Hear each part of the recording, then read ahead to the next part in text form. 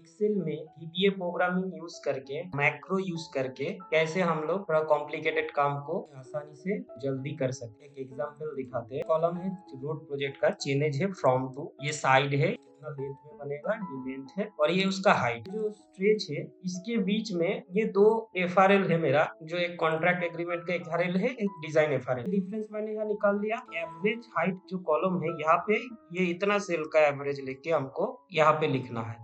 Average ले लिया मैंने, अब इसका रेंज सिलेक्ट कर लिया, अब इसको एंटर कर दिया तो ये एवरेज गया, तो मैंने मार्च कर दिया। अभी यहाँ पे क्या है, ये दो वैल्यू जो है हाइट और एवरेज हाइट, इसको हम एडिशन करना है, मतलब प्लस करना है। तो दिस प्लस दिस ऐसे मार्च करके मैंने कर दिया। और उसके बाद ये सब्सट्रैक्ट करना है, तो पहले मार्च किया, फिर मैंने दिस माइनस दिस ऐसे कर दिया। फिर इसको मल्टीप्लिकेशन करना है, लेंथ मल्टीप्लाई एवरेज हाइट, ये इसका एरिया आ गया। फिर हमको डिवीजन करना है, हाइट है और उसके एवरेज हाइट को डिवीजन करना है। मान लीजिए मेरे पास बहुत डाटा है, ऐसे अलग अलग मार्च, कहीं पे 2 सेल मार्च है, कहीं पे 5 सेल मार्च है, कहीं पे 4 सेल मार्च है, तो उसमें हमको सेल भी मार्च करना पड़ेगा, फिर एवरेज का रेंज भी सिलेक्ट करना पड़ेगा, और जो जो काम अभी दिखाया, प्लस करना, माइनस करना, मल्टीप्लिकेशन करना, डिवीजन करना, जो भी है, ये जल्दबाजी में हम लोग अगर करेंगे, रेंज गलत हो जाएगा तो इसका वैल्यू गलत आ जाएगा। बहुत टाइम टेकिंग वाला वर्क हो गया आपका। अभी इसको हम लोग बहुत जल्दी करके देना है, एक्यूरेसी भी आए, कोई रेंज भी सही रहे आपका, ये सब जो डिटेल्स, ये सब डिटेल्स आपका सही सही ढंग से बैठे। तो इसके लिए मैंने ये रन किया हूँ, तो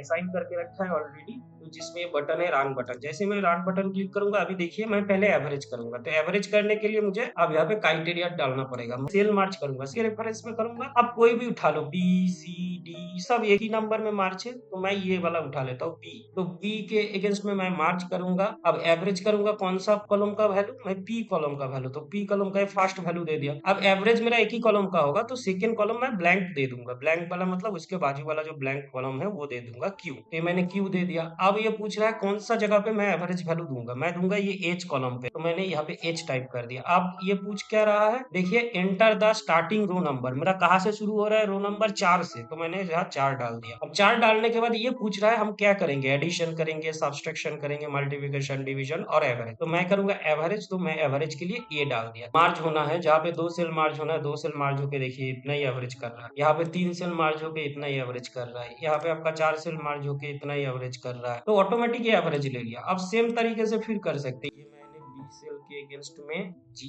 वैल्यू और H value, column number 2 H आएगा मेरा आई कॉलम में, 4 नंबर सेल से शुरू होगा। अब इसको करना क्या है, मुझे एडिशन करना है। पूरा वैल्यू ऐड होके आ गया, हाइट प्लस एवरेज हाइट यहाँ पे ऐड होके वो वैल्यू आ गया। आप ये दोनों को सिलेक्ट करेंगे तो यहाँ पे आप देख सकते हैं ये साम आता है 15, और ये आपका राउंड फिगर में आ रहा है यहाँ, तो ये आ गया आपका वही वैल्यू 15.45, जो दोनों को जोड़ने से आता है। अब अलग से जोड़ के भी देख सकते हैं, this plus this is equals to, ये देखिए 15.48 जो है वैल्यू, वो वैल्यू आ गया। अब सेम तरीके से हम इस पे सब्सट्रैक्ट भी कर सकते हैं, वही सेम तरीका है, जस्ट हमको मार्च सेल का रेफरेंस देना है, कौन सा वैल्यू सब्सट्रैक्ट करना है, जी सेल का कहाँ से करना है, एच सेल से करना है, और वैल्यू मेरा कहाँ रखूंगा, जे सेल में रखूंगा। अब शुरू होगा रो मेरा 4 नंबर, अब यहाँ पे करना है मुझे माइनस, ऑटोमेटिक मार्च होके ये माइनस भी 3 से 8.6 माइनस से 5.6 आएगा। सेम मुझे मल्टीप्लिकेशन भी करना है, तो मैंने ये चला गया सेल नंबर बी, हमको मल्टीप्लिकेशन करना है एफ के साथ एच, तो एफ एच, और ये वैल्यू रिजल्ट वैल्यू कहाँ पे आएगा, के सेल में आएगा, तो के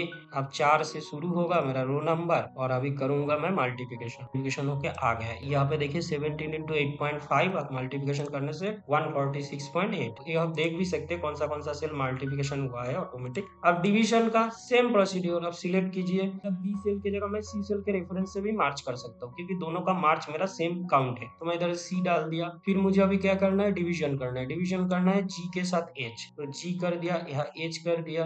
अब डाटा डालना है हमको एल कॉलम पे, तो मैंने एल कर दिया, 4 नंबर से शुरू हो रहा है, हमको करना है डिवीजन, दोनों सेल का डिवीजन होके आ गया, 3 डिवाइडेड बाई 10 डिवाइडेड बाई ये जो है दोनों सेल का मेरा डिवीजन होके आ गया। तो इसी तरीके से आप VBA या मैक्रो यूज करके एक्सेल के आपका कोई भी डिफिकल्टी का ना रेंज सिलेक्ट करना पड़ा, ना सेल सिलेक्ट करना पड़ा, जस्ट हमको एक एक चीज उसमें कमेंट में डालना पड़ा, कौन सा रेफरेंस चाहिए बस। बाकी ये एवरेज भी देखिए ऑटोमेटिक अपना वो सेल ले लिया, अब अपने हिसाब से वो लेता रहेगा। तो इस तरीके से अगर बहुत सारा डाटा जब होगा आपके पास और आपको बहुत जल्दी कुछ काम करना है, तो इसको आप यूज करके ऐसे कर सकते हैं। तो ये तो था एक एग्जाम्पल मैक्रो का। ऐसी मैक्रो आप अपने तरीके से यूज करके इसको अप्लाई कर सकते हैं। आपका जो क्राइटेरिया है, आपका जो काम है, आपको जो काम करने के लिए आसानी हो, वो सब आप मैक्रो में डेवलप करके आप उसको बिल्ड कर सकते हैं। तो मैक्रो के लिए आपको क्या करना पड़ता है, एक्सेल में आपको मैक्रो नहीं मिलेगा। पहले आपको ये फाइल में जाना पड़ेगा, फाइल में जाके ये ऑप्शन में जाना पड़ेगा। यहाँ जो ऑप्शन में आने के बाद आपका जो रिबन है, रिबन को कस्टमाइज करना पड़ेगा। यहाँ पे जब आइएगा कस्टमाइज टूल बार, यहाँ पे आपको एक ऑप्शन दिखेगा डेवलपर, मेरा ऑलरेडी पहले से ऑन है डेवलपर टैब, इसको ऑन करना पड़ेगा। ऑन करके जैसे ओपन कर दीजिएगा, यहाँ पे आपका डेवलपर टैब आ जाएगा। और ये है आपका विजुअल बेसिक, जो VBA का बोल रहा था मैं, तो विजुअल बेसिक यहाँ पे है, जो आप Alt+F11 टाइप करके भी ये विंडो खोल सकते। ये विंडो खोलने के बाद आप यहाँ पे इंसर्ट में जाके मॉड्यूल में जाइएगा, तो आपके पास एक नया VBA का पेज ओपन हो जाएगा। तो यहाँ पे आप कोडिंग करके उस हिसाब से VBA का नाम देके कोडिंग करके आप नया VBA इसमें ऐड कर सकते हैं, अगर ऐड करना है। जो बटन मैंने इंसर्ट किया, ये यहाँ से आपका इंसर्ट हो जाएगा। यहाँ बटन ऑप्शन है, यहाँ पे आप लेके आप बटन इंसर्ट करो, फिर ये पूछेगा